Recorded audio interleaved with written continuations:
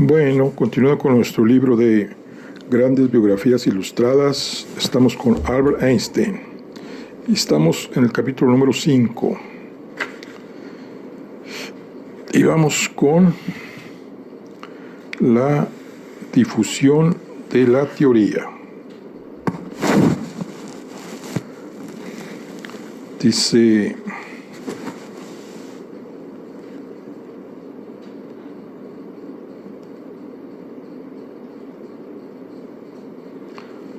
aunque a finales de la primera década del siglo XX, los estudios de Albert Einstein son conocidos solo en reducidos círculos especializados de habla alemana, veremos cómo en el plazo de 10 años su fama va a alcanzar cotas prácticamente inimaginables, si consideramos el hecho de que se trataba de un físico teórico y por tanto poco accesible al gran público.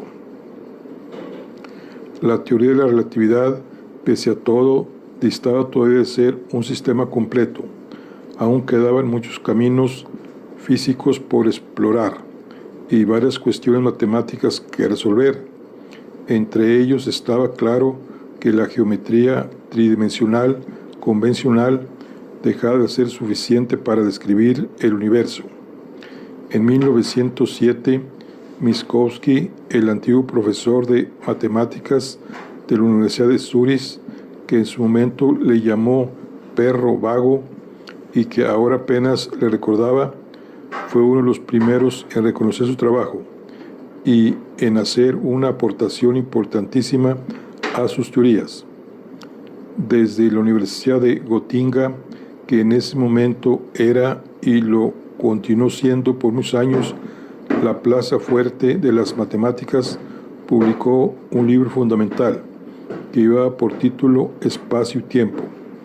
En él situaba el tiempo como una cuarta dimensión. Demostró que no era posible considerar la existencia del espacio y del tiempo por separado, igual que el tiempo no existe aparte del espacio al que se refiere. El espacio no existe más que en el tiempo. Minkowski contemplaba el universo como una fusión del espacio-tiempo y formuló las teorías matemáticas que respaldaban esa idea. La teoría de la relatividad, tal como se explica hoy en día, le debe mucho a la simplicidad formal y a la elegancia matemática de la formulación de Minkowski. Podría decirse que desarrolló el espacio-tiempo de acuerdo a la teoría de la relatividad. Mientras Einstein apenas hablaba para 3 alumnos en 1908, Minkowski extendía con gran éxito la expresión geométrica de su teoría en el ámbito académico. Al principio, en tanto que matemático, Minkowski no supo nada de la teoría de su antiguo alumno. Solo se introdujo en los problemas matemáticos de la relatividad a través de los escritos de Lorentz y sobre todo de Poincaré y Planck. Por aquel entonces Einstein seguía sin ser un enamorado de las matemáticas, sino más bien todo lo contrario, y quizá por ello tardó cierto tiempo en aprender el mundo cuatridimensional recién elaborado. Únicamente fue consciente de la fuerza de sus ideas cuando desarrolló hasta el final su teoría de la gravitación, una profundización de los trabajos previos de Minkowski, hasta que Einstein no veía claramente la física oculta detrás de los formalismos matemáticos, no los terminaba de aceptar. Lejos de suponer un freno, el hecho de que otros investigadores iniciaran estudios dentro del campo del trabajo de Einstein pudo resultar un apoyo. Los trabajos de Minkowski le proporcionaron una capacidad de análisis más profunda y un sustrato matemático firme para entrever su próximo gran descubrimiento, el vínculo entre relatividad y gravitación. La idea clásica sobre la gravedad desde Newton era que los cuerpos se atraían entre sí con cierta fuerza, mayor cuanto más grande fuera su masa. Einstein calificó como el pensamiento más acertado de su vida considerar que en lugar de fuerzas entre objetos había curvaturas en el espacio-tiempo provocadas por la materia. Una idea genial, la masa de los cuerpos podía hacer que el espacio se curvara. Había nacido el germen de la teoría general de la relatividad.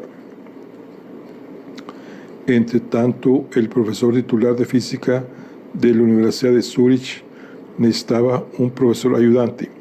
Cuando Kleiner llegó a Berna por sorpresa para conocer a Einstein, acudió a una de sus clases y se llevó una gran decepción. La lección no estaba bien preparada y Einstein comprendió la gravedad de la situación, por lo que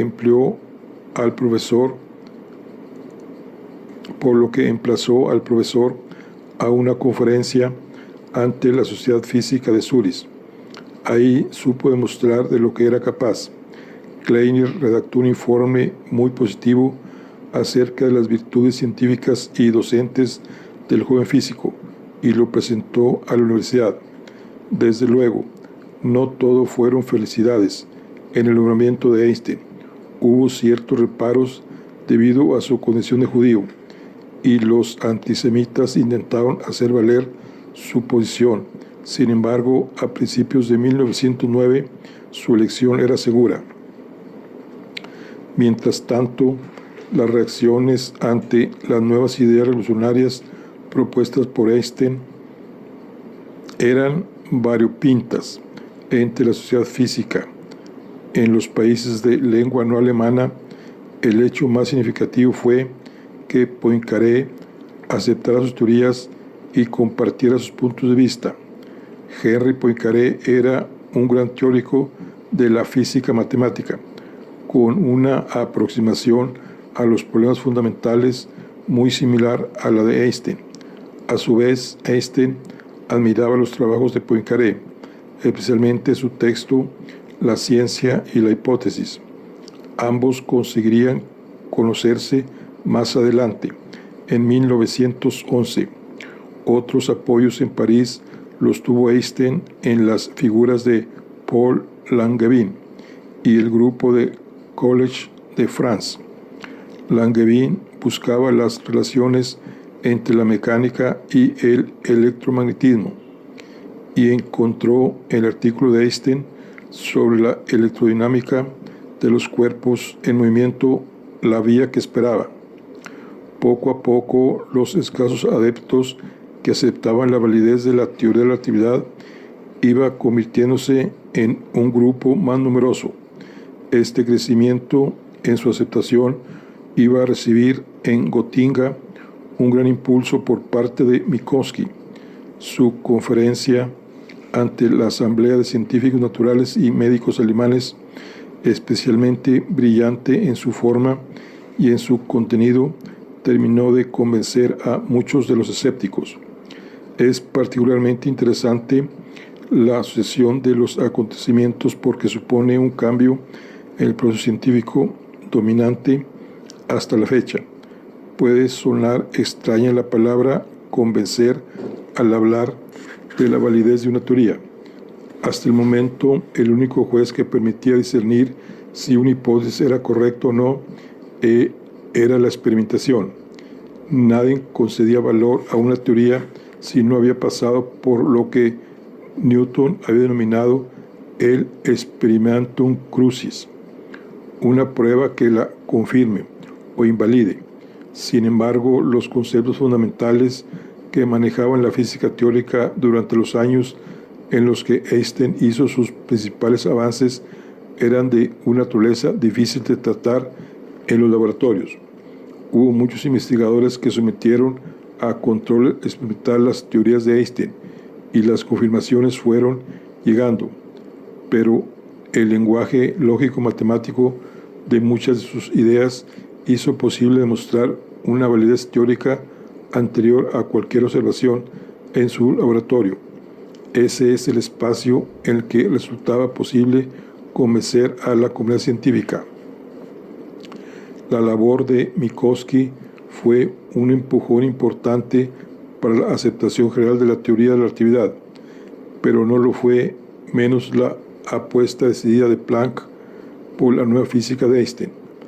Durante 1909 se encargó de divulgar sus principales ideas por algunas universidades estadounidenses. El nombre de Einstein se iba convirtiendo en una referencia, pero solo le conocían personalmente unos pocos físicos jóvenes. La comunicación con el resto de los científicos todavía no era muy cercana y se establecía principalmente por vía postal. Preguntas y respuestas sobre cuestiones físicas, aspectos relativos a las publicaciones con las revistas y las editoriales, etc. Ya comenzaba a estar sobrecargado de trabajo y tuvo que rechazar varias ofertas editoriales. De hecho, el primer libro sobre la teoría de la relatividad que salió a la luz no fue suyo, sino de Max von Laue. Pese a todo esto, la labor científica seguía siendo para Einstein una tarea de sus ratos libres. El trabajo de la oficina de patentes continuaba manteniéndole ocupado 8 horas diarias. La Universidad de Zúrich. En la primavera de 1909, la Universidad de Zúrich crea una nueva plaza de profesor asociado de física teórica y Alberto Einstein fue propuesto por el profesor Klein para ocuparla.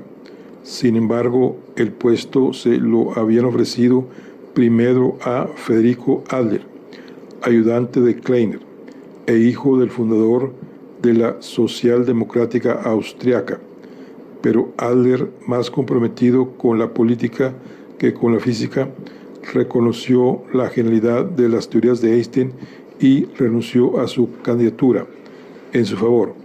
Se ha hablado mucho sobre este asunto y algunos autores han indicado que es posible que el gesto de Adler no fuera tan desinteresado como parece, sino que pudo ser producto del orgullo, ya que sospechaba que una vez obtenido el puesto, era casi seguro de que lo acabaría arrebatando Einstein.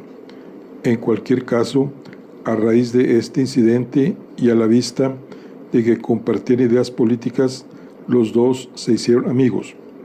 Años más tarde, Einstein tendría oportunidad de devolverle el favor. Adler, personaje muy implicado políticamente con el socialismo, mató al primer ministro austriaco, el conde Karl Strux, en 1916 y fue condenado a muerte. Einstein hizo todo lo posible por salvar a su amigo y finalmente le fue conmutada la pena. Ahora, la situación social de Einstein ha cambiado totalmente. Cuenta 30 años y una carrera universitaria en todo su apogeo. En julio, en los actos de celebración del 350 aniversario de la fundación de la Universidad de Ginebra por Calvino, Alberto Einstein es nombrado doctor honoris causa. En el mismo acto también son investidos doctores personalidades como Marie Curie, Ernesto Solvay y Wilhelm Oswald, químico y físico alemán considerado el precursor de la química física moderna. Una anécdota que más tarde relataría el propio Einstein sobre este evento nos muestra el prototipo de sabio distraído que la figura de Albert Einstein también ejemplifica. Había tirado la imitación del acto sin leerla y en el último momento Lucien Chaban acudió a informarle del evento, al que se dirigió a toda prisa, elegantemente tocado con un sombrero de paja. Al mismo tiempo que Einstein lograba un merecido reconocimiento científico, su matrimonio empezaba a entrar en una clara decadencia. Mileva se había convertido en una mujer muy dependiente de su marido, y la fama que éste comenzaba a ganarse le hacía desconfiar de todos aquellos que de algún modo le arrebataban a su marido y le hacían sentirse aislada. Al parecer, en esta época tuvo varios violentos ataques de celos, algunos de ellos puede que con motivo, que hicieron perder la paciencia de su marido. De hecho, en septiembre de 1909, Einstein viajó a Salzburgo para presentar los resultados de sus investigaciones sobre la teoría de los cuantos en el Congreso Anual de la Asociación de Naturalistas y Médicos Alemanes, y se marchó de Berna varias semanas antes de su conferencia para escapar del ambiente claustrofóbico que empezaba a sentir en su casa. Es en este congreso donde se encuentra personalmente por primera vez con Max Planck. El poder codearse por fin con los grandes físicos de su época y el considerarse uno de ellos provoca un cambio en su personalidad. Adquiere una mayor seguridad en sí mismo, hasta el punto de rayar en ocasiones con la altanería. Su carácter siempre había sido sarcástico y en su juventud ciertamente fanfarrón, pero con esto renovada confianza en sí mismo y con su reconocida valía como científico, parece ser que desarrolla un cierto sentimiento de superioridad que influiría en sus relaciones sociales, especialmente en su posterior divorcio de Mileva. También se intensificó su descuido con respecto a los asuntos más cotidianos. Ahora su trabajo consistía en investigar y podía dedicarle gran cantidad de tiempo sin tener que preocuparse de nada. Más así, sus olvidos, despistes y dejadez para el día a día se vieron incrementados. Su mejor amigo de esa época seguía siendo Marcel Grossmann, que ahora impartía clases de geometría en la Politécnica de Múnich. Juntos trabajaban en la realización de la teoría de la relatividad, puesto que Grossmann le había sugerido que la formulación matemática adecuada de las ideas que Einstein manejaba debía buscarla en los trabajos de Riemann, en la concepción de una nueva geometría. Una visita contribuyó en gran medida a aumentar el prestigio de Einstein. Fue la de Walter Nernst, un físico de gran categoría que trabajaba acerca de los fenómenos a bajas temperaturas y estaba enormemente interesado en los estudios de Einstein de 1906 sobre los calores específicos. Bueno, aquí concluimos la charla de hoy. Nos vemos en la siguiente. Hasta luego.